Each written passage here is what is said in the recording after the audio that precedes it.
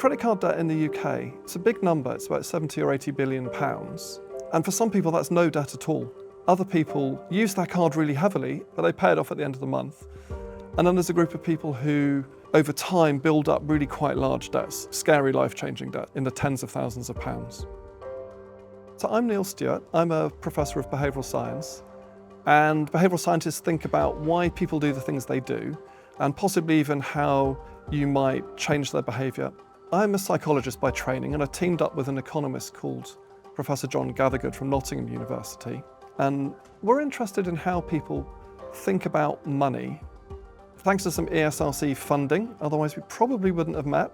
We bring the analysis of really large data sets from economics, and we bring ideas from psychology about the heuristics and biases that people use to solve decisions.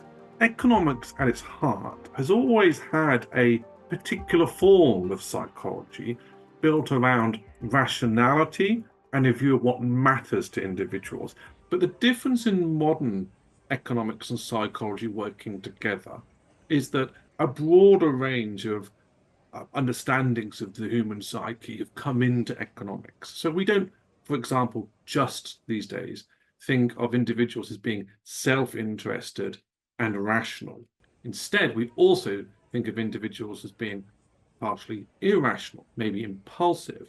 And it's that richer understanding of psychology which has enriched modern economic analysis.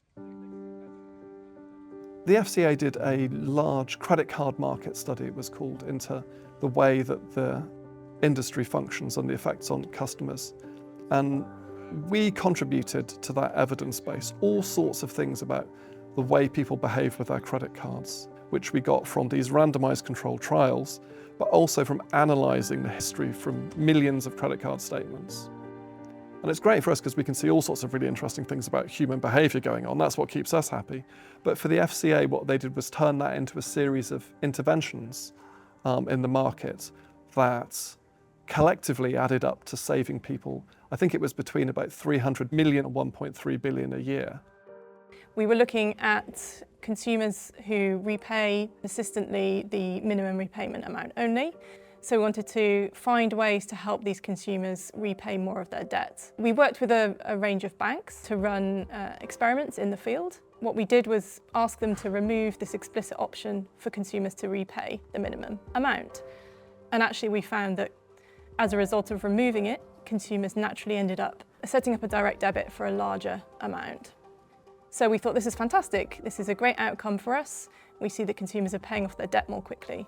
But as a result of the collaboration with Neil, what we decided to do was to follow these consumers for a longer period of time. And we were able to see that, in fact, they actually ended up reducing the top-up amounts that they typically pay. So overall, it didn't actually have any impact on consumers' debt. And actually, this was an incredibly important finding, because if we hadn't followed this methodology, we would probably have recommended to policymakers in the FCA, this is a really great intervention, it's going to help people. It would have been quite costly for banks to implement something like this. And actually what it meant was that for the FCA, we could focus on other interventions that would be more successful, that would help consumers more than this would. So academics like Neil bring, I think, two very important things. The first one is an external perspective. They prevent the kind of groupthink and sometimes the kind of momentum that we have internally. You know, we work very closely with particular firms and industries, but at the same time, we may not have that kind of depth or breadth of knowledge that an academic expert can provide. It was good to be involved in two things, I guess. So one is bringing the methodology from behavioural economics and behavioural science to bear on these real-world problems. And I think what's nice is that part of the work of the FCA was bringing those skills from academia into regulation, and it's also moved now into the way that industry is working. So I think for science, it's really important for us to work with these real-world organisations, because they've got an insight into human behaviour that we just couldn't get on our own in the universities.